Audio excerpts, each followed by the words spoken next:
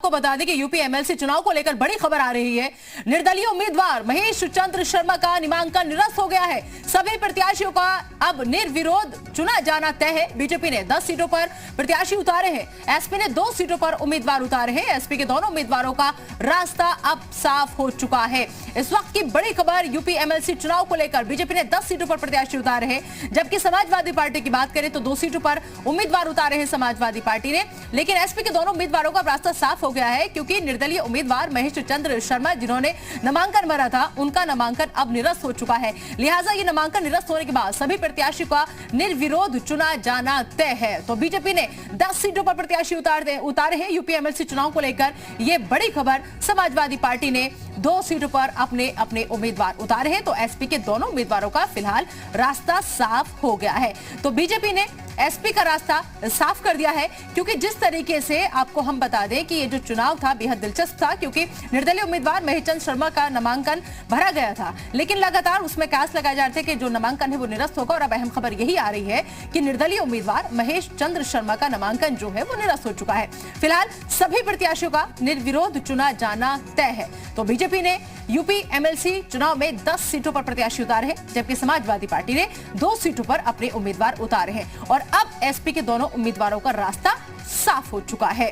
तो अहम खबर यूपी एमएलसी चुनाव को लेकर बड़ी खबर आपको हम बता रहे हैं कि निर्दलीय उम्मीदवार महेश चंद्र शर्मा जिन्होंने अपना नामांकन दाखिल किया था, अब निर्दलीय उम्मीदवार महेश चंद्र शर्मा का नामांकन निरस्त हो चुका है। और यह नामांकन निरस्त होने से सभी प्रत्याशियों का निर्विरोध चुना जाना तय है। तो इनमें से यूपी एमएलसी चुनाव में बीजेपी ने 10 सीटों पर अपने प्रत्याशी उतारे हैं। समाजवादी पार्टी ने 2 सीटों पर अपने उम्मीदवार उतारे हैं। और अब एसपी के दोनों उम्मीदवारों का रास्ता साफ हो चुका है, क्योंकि निर्दलीय उम्मीदवार महेश चंद्र शर्मा का नामांकन जो है वो निरस्त हो चुका है। इस खबर पर ज्यादा बातचीत के लिए रुक करेंगे हमारे संवाददाता पवन सेंगर का। पवन, निर्दलीय उम्मीदवार महेश चंद्र शर्मा का नामांकन निरस्त हो चुका है और अब एसपी के दोनों उम्मीदवारों का रास्ता साफ।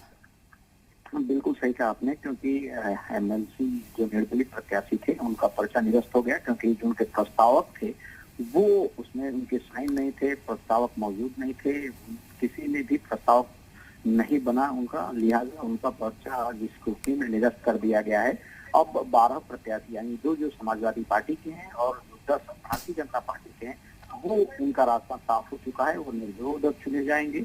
जो तमाम बातें की जा रही थी कि महेश चंद्र शर्मा जो निर्दलीय प्रत्याशी के रूप में है, अगर उनका पर्चा वैध पाया जाता है तो फिर वोटिंग का प्रोसीजर किया जाएगा, लेकिन प्रस्तावक न होने की वजह से सीधे तौर पर उनका पर्चा निरस्त कर दिया गया। और इस तरीके से नॉन सीरियस कैंडिडेट भी थे महेश चंद्र शर्मा। लगातार वो अलग अलग चुनाव में केवल नॉमिनेशन का प्रोसीजर्स पूरा करते हैं, उसमें न तो कोई एफिडेविट न तो कोई प्रस्तावक रखते हैं, वो केवल पर्चा नामांकन करने के लिए जाने जाते हैं।